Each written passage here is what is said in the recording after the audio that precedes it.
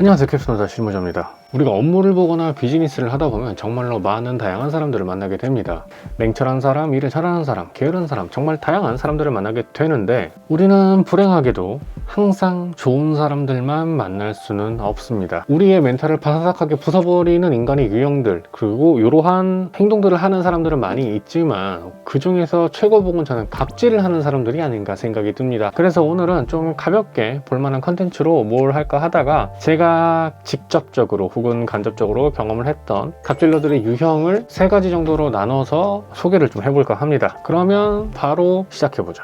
첫 번째 유형은 나는 너보다 위에 있다, 이 유형입니다. 비즈니스는 보통 계약을 통해 진행이 되죠. 그리고 그 계약서에는 갑과 을이 명시되어 있습니다. 우리가 이야기하는 이 갑질 역시 그 계약서상에 기록돼 표기되어 있는 갑을 두고 갑질이라고 표현을 하는 거죠. 그리고 일반적인 경우 을보다 갑이 훨씬 더 강력한 힘을 지니고 있는 건 사실입니다. 그런데 이 힘을 남발하고 멋대로 사용하고 그리고 을을 배려하지 않는 형태의 태도를 보이는 게 바로 우리가 일반적으로 알고 있는 갑질들이죠. 보통 이러한 형태로 진행되는 갑질들은 갑이 굉장히 을을 무시하는 경우가 많이 있습니다. 진짜 이 경우는 저는 합의금을 물어주고서라도 때려 죽이고 싶은 유형이고 제가 개인적으로 제일 싫어하는 유형이에요. 상대방은 시종일관 무시하는 태도를 보이는 갑질 유형 말이죠. 두 번째 유형은 나태함에 지배를 당한 그러한 유형입니다. 이 두 번째 유형은 을에게 모든 업무를 지시하고 자기는 좀 슬쩍 빠지는 이런 유형의 인간입니다. 본인의 업무까지 타인에게 전부 다 미루다 보니까 을의 업무는 굉장히 과다해지고 많아지게 되죠. 그러면 자연스럽게 그게 야근으로 이어지게 되고요.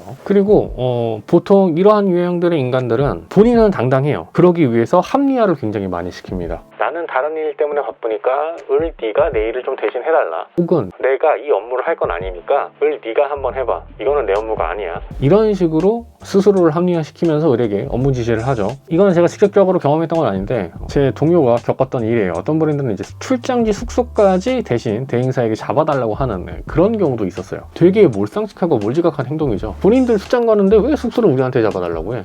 황당하잖아요.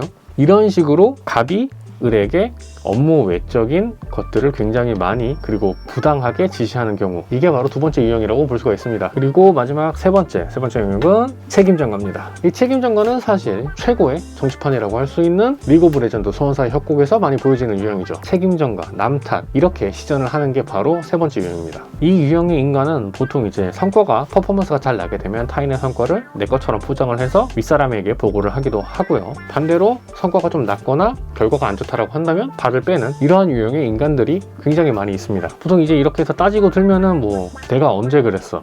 내가 언제 그렇게 지시했어? 이렇게 발뺌을 하는 케이스들이 굉장히 많은데 이런 유형의 인간을 상대할 적에는 페이퍼로만 이야기를 해야 됩니다. 메일, 메신저, 이제 온갖 증거물들이 다 있으면 그 사람도 쉽게 발뺌을 하지 못하고 발뺌을 해서 나에게 책임 전가를 할 때 그러한 데이터들이 나를 변호할 수 있는 증거로 사용될 수가 있는 거죠. 과거에 어떤 임원이 저지른 실수를 저에게 덮어씌우려는 하는 경우가 있었는데 이제 그때 그분이 보냈던 메일이라든가 메신저를 제가 쫙 다 모아가지고 얘기를 했어요. 그때 그분이 이제 내가 그랬네 하면서 이제 당황하면서 우여무여 좀 넘어가려고 하는 케이스들이 있었는데 만약에 그게 안 됐다라고 한다면 저는 또 인사고과나 이런 부분들에서 많이 마이너스가 됐겠죠. 이런 식으로 타인의 성과는 내 걸로 그리고 나의 실책은 타인에게 전가하려는 이러한 유형들의 인간 역시 갑질이라고 볼 수가 있습니다. 그리고 제가 사실 이 말씀드린 3가지 케이스 갑질러들 외에도 다양한 갑질러들이 있어요. 그런데 개인적으로 사회생활, 회사생활 하면서 직접적, 간접적으로 경험을 했던 그러한 유형 3가지만 제가 좀 짧게 정리를 해봤고요. 그리고 무엇보다 제가 계약서상 제가 갑의 위치에 있을 수도 있잖아요. 그때마다 항상 생각하는 게 있어요. 그게 뭐냐면은 나도 누군가에게 갑질을 하고 있지 않을까? 라는 생각이죠. 분명히 그럴 수 있어요.